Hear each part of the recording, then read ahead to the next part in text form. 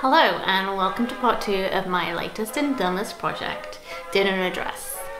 This is basically a series in which I go through the decades making meals from original recipes and clothing using my own designs. If you haven't yet watched my last video and you really enjoy watching women boil things for like 5 hours, you can go back and watch that now. There's very little actual cabbage left in this cabbage. But today I'm going to be going through the process of designing and making the dress that I wore for that meal. This is the shitty doodle I'm working off. Just basically, like, my process is me drinking gin, like, that'll do.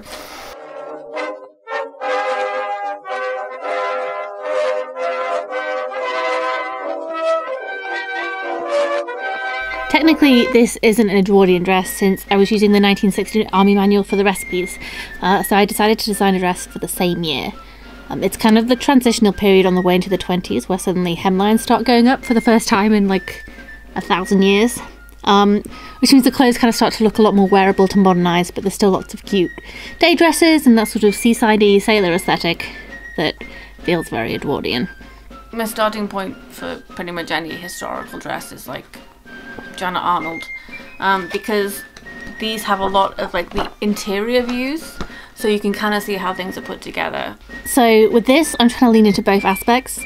I'm looking for like a tiered skirt, lace, and I really want a bodice with the fake front, like modesty panel effect, so it looks like it's layered. There was a very specific look around 1916, 1917, so the challenge was trying to draft it and figure out the logistics rather than actually designing anything. I've drawn out the bodice from the book to get an idea of the shapes. I feel like the back is okay and I'm going to steal that kind of seam, but the front looks like shit and I'm going to resize it. I've given myself a bit of breathing space here. The sash is going to pull it in when it's worn, so I want it to have just a little bit of blousiness. I think I'm also going to add another inch or so onto the bottom because I found that my torso is a lot longer than my mannequin's. Who knew? Something else to be self-conscious about. What I'm not going to do is show this on because it is completely see-through. And I don't really feel the need to show everyone my nipples. I love my armless Edwardian girlfriend. I'm just playing with this, but I think it looks cute. And it does make it possible to have a concealed front opening. But actually now that I'm here and I've tried it on, I can pull it on over my head. So fuck openings. Just shaved a whole bunch of time off. I've done a rectangle skirt for my mock-up and I just don't really like it.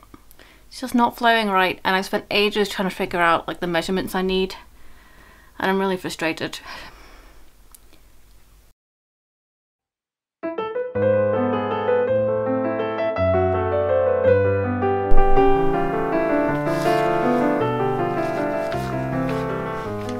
Fiona, that's not helping, is it?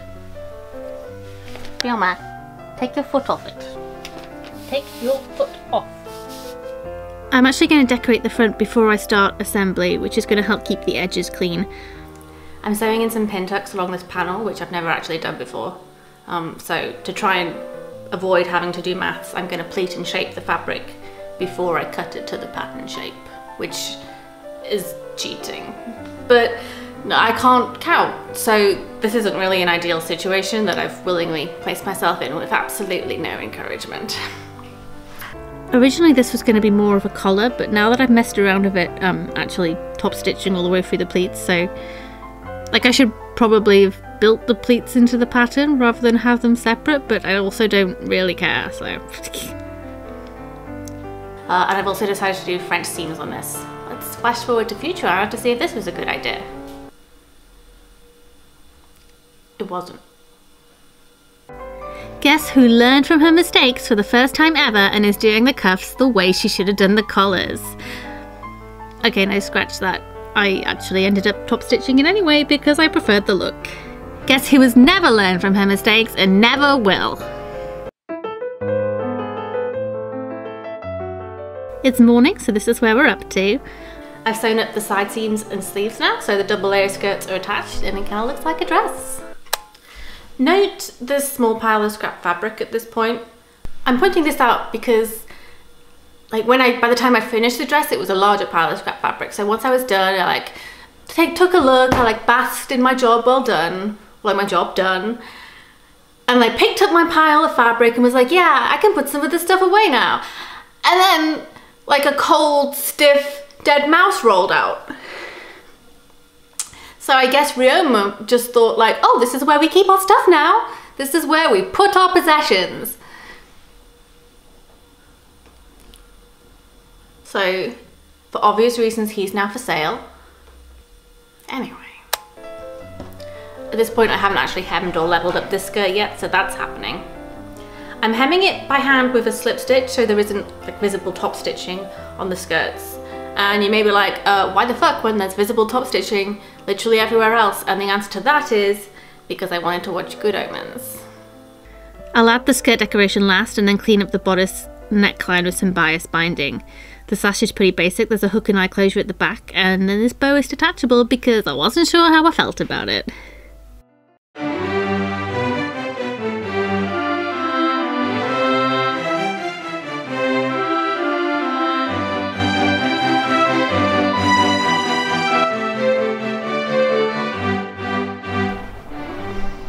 So if you've watched my previous video, you've already seen this dress in action, but I thought I would go through the final piece because there are some parts that I'm really pleased with and some parts that I fucked up. On the whole, I think it came out really well. It's really cute. I really enjoyed doing the pleated bits and the lace. I think that worked out really nicely. And the general pattern as well would be, I think, quite easy to make adjustments to and remake because I do still want to do like a roughly stripy version. I think the main mistake that I made was the fabric that I chose for this. It's obviously a summer dress and I wanted to do the tiered skirts that I've seen on other designs. But when I first picked this up, it feels light. Once it's doubled up and it's hemmed and like all the extras are on it, it's just too heavy for that. And then I actually exacerbated that by doing French seams because I was like, oh, this is gonna look so like cute and neat. No, it's just going to be a pain in the ass when you're doing a tiered skirt. So it ended up kind of adding bulk to the back and where it's layered up. So what I've ended up with is a dress that's a little bit tight on me. I think it needs a little more arm space. And it gets pulled in by the sash, which doesn't actually do me any favours. Also, it looks a lot better on my mannequin than it does on my body, which is a bummer. Like if someone was a little bit skinnier than me, like maybe they eat less trench cake, I feel like that would be fine. Another annoying thing, I did pin tucks for the first time and they're adorable, they are wonky. Yeah, it's just there's no getting around it. I didn't do a great job, but whatever, they're very cute.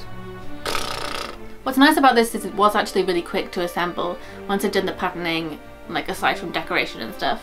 So yeah, it would be really easy, I think, to make those adjustments and do another version of it. And also if you hand sew your hems, you too can get to watch Good Omens, which I would like to be the takeaway from this video and not the dead mouse.